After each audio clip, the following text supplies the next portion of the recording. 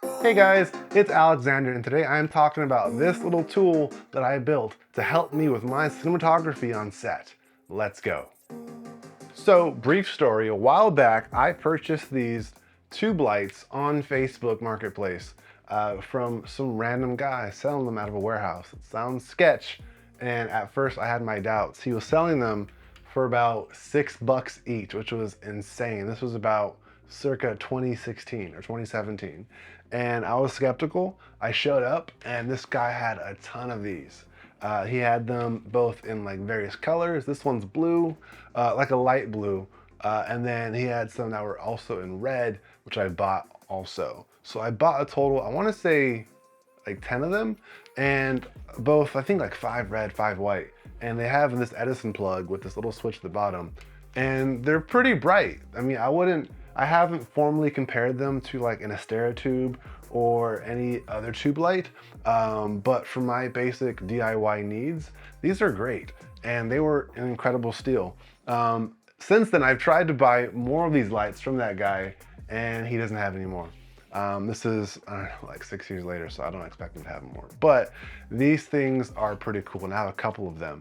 And I have been dying to build something that's more formal and less, quote unquote, for lack of a better word, janky on set, that I can kind of rig this to a C-stand or a light stand and really maneuver them in a way that really complements that scene that I'm trying to light.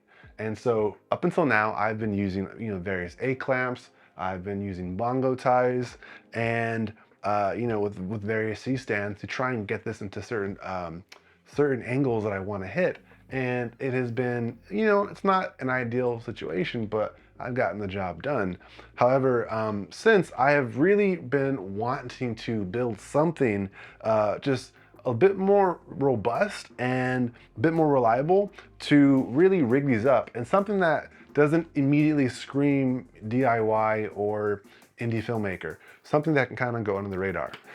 And so recently, I want to say last year or so, I've began working with metal as a hobby, a welding, just even the act of cutting metal and drilling in metal and working with that. And so that kind of spawned a whole new wave of DIY projects.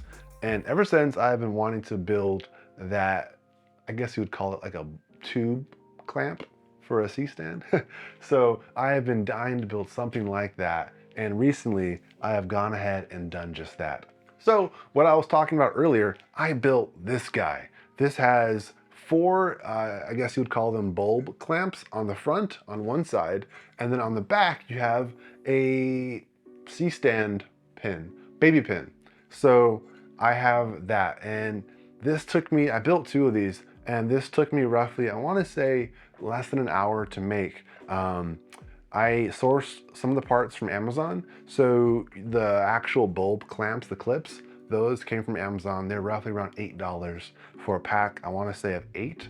And then I also sourced the back piece, the back clamp that mounts to the actual steel plate and has the baby pin on the back side. That I sourced also from Amazon. I found a 2-pack for, I want to say, $15. So it wasn't too bad. It didn't quite break the bank. And these clips, these little clamps, work perfect.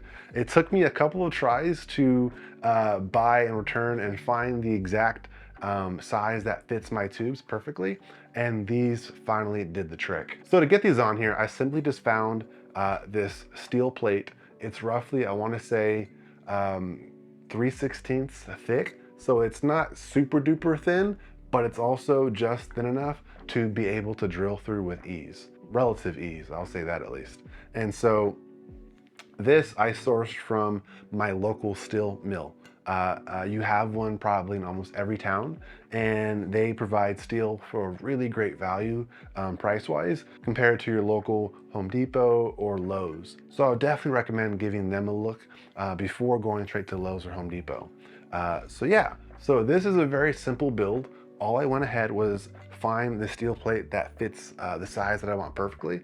This is roughly, I want to say, 6 by 6 inches. So 6 here, and then 3/16 thickness. And I went ahead and measured, did a couple of templates with some with a Sharpie, and I just drilled my holes for the back plate and used some appropriate screws that fit this perfectly. So I have a bolt on this side and a nut on this side, and that wedges this together perfectly. This is a very strong build. I am missing a screw right here, so do not judge me. I know it's funny. I need to fix this actually, and that's simply because I drilled my holes a little bit off, and so I couldn't quite line it up. So I want to go ahead and re-drill this to get that bolt through here. And then on the front side, I drilled 4 more holes for my bulb clips. I'm sorry, I have no idea what you'd call these, bulb clamps, bulb clips, something of that nature. And these only require 1 bolt per clip, so that's really nice. And that makes it a little bit easier for you and a quicker process to build this. So simply just drill the holes for each of the 4 bulb clips and attach it with your bolt and nut. And I chose to only do 4 clips because I wanted to have 1 tube on each side. I really only wanted to have 2 tube lights per clamp or per mount, because I'm not using these as like a key light, for instance, because these are not color balanced to any kind of specific temperature. They're just random colors like red, blue.